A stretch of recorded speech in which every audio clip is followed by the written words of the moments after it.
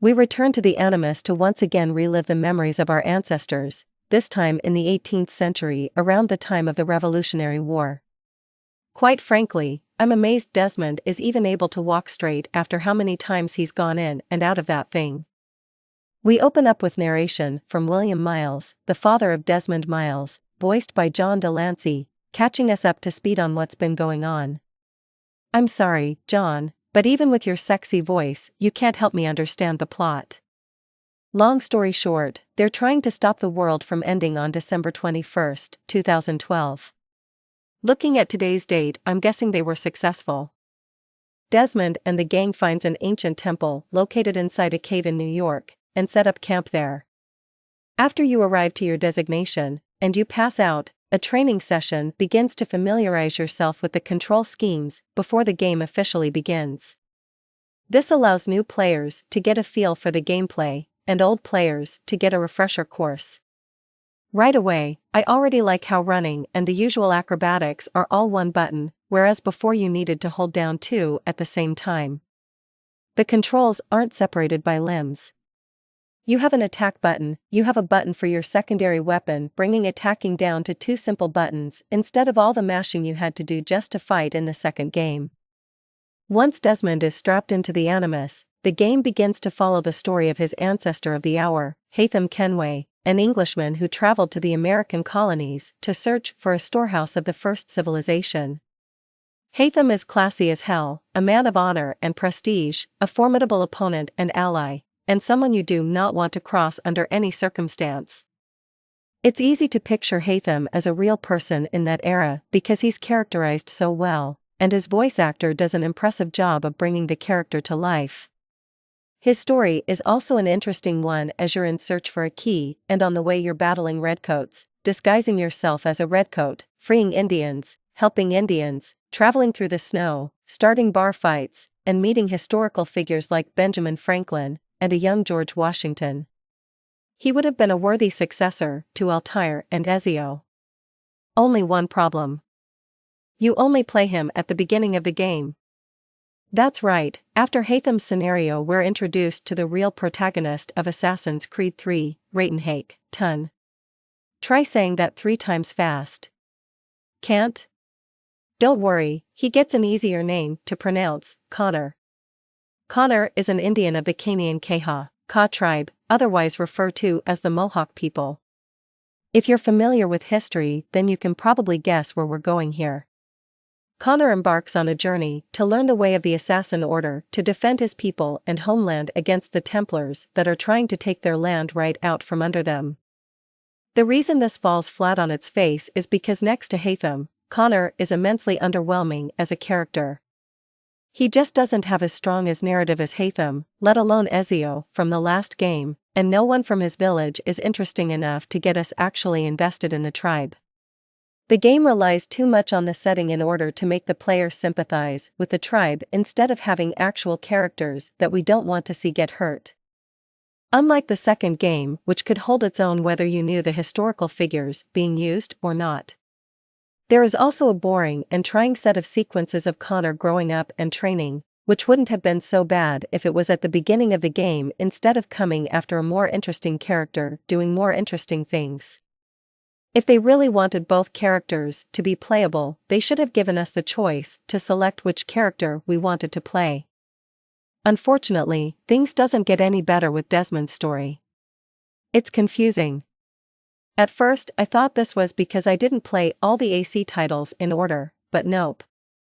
People who have played all the games agree that Desmond's story is a convoluted mess and as such can't invest in it either.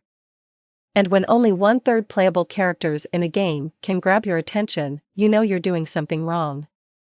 The 2 big updates, going from 2 to 3, is hunting and naval missions. Hunting allows you to use your stealth tactics to sneak up on animals, take them out from a distance or get in close enough to kill and skin them. You can also set traps to catch smaller wildlife and predators, such as bears, will trigger a quick time event.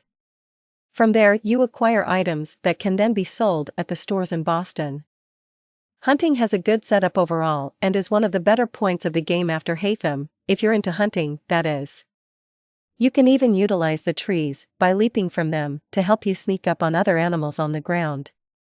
The hunting field will be highlighted on your map, and to narrow the field to find an animal, keep a lookout for magnifying glasses that will assist you. The drawback to hunting is while it can be fun, it can also be repetitive and you could find yourself becoming bored before too long.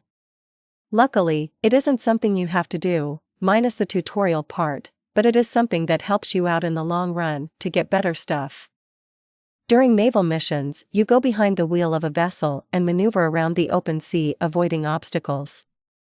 Like any good ship, you can also load up the cannons with cannonballs, and a swivel gun is set aside for smaller enemy ships. While sailing, you also have to consider wind, high seas, and weather conditions, as they can alter your course accordingly. By the way, there are weather changes in this game. Aiming the cannons on the ship in order to hit a target is about the most tedious thing in the game.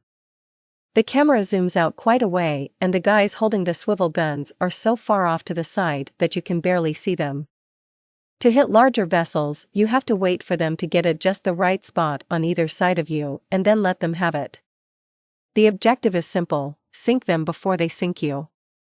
This time we're given 2 weapon slots to cycle between, and are even granted the option to wield dual weapons in battle.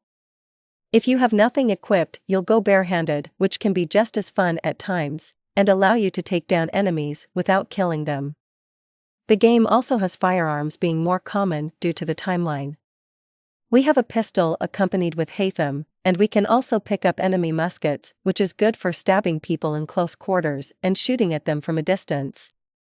You have to reload between each shot too, because it's the 1700s. The game also gives you a couple of native weapons once we get to Connor, such as the bow and arrow to attack at a range, tomahawk to hack redcoats that gets too close to you, and my personal favorite, the rope dart, which allows you to pull an enemy towards you or hang them from a tree. Take that, poachers! You can also recruit civilians to your cause through completing liberation missions that you can call to your side to start riots, act as an escort, a bodyguard, etc. It's pretty handy to have, especially if you find yourself surrounded by redcoats and need the helping hand. That's another thing I noticed. As Haytham, I could breeze through legions of redcoats without breaking a sweat, but Connor, I actually start to have trouble with more than just a couple of enemies. What the hell?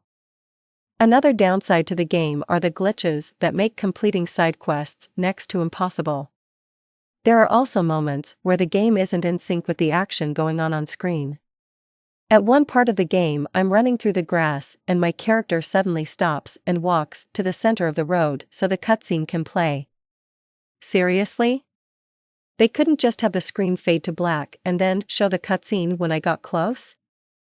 I also jumped into the water to save a guy, and after I see Connor jumping into the water, the game cuts to a scene that shows him jumping into the water again. I don't remember asking for an instant replay. I can just be talking to people as Desmond, and the game will take control of my character to have him walk alongside the person I'm speaking with.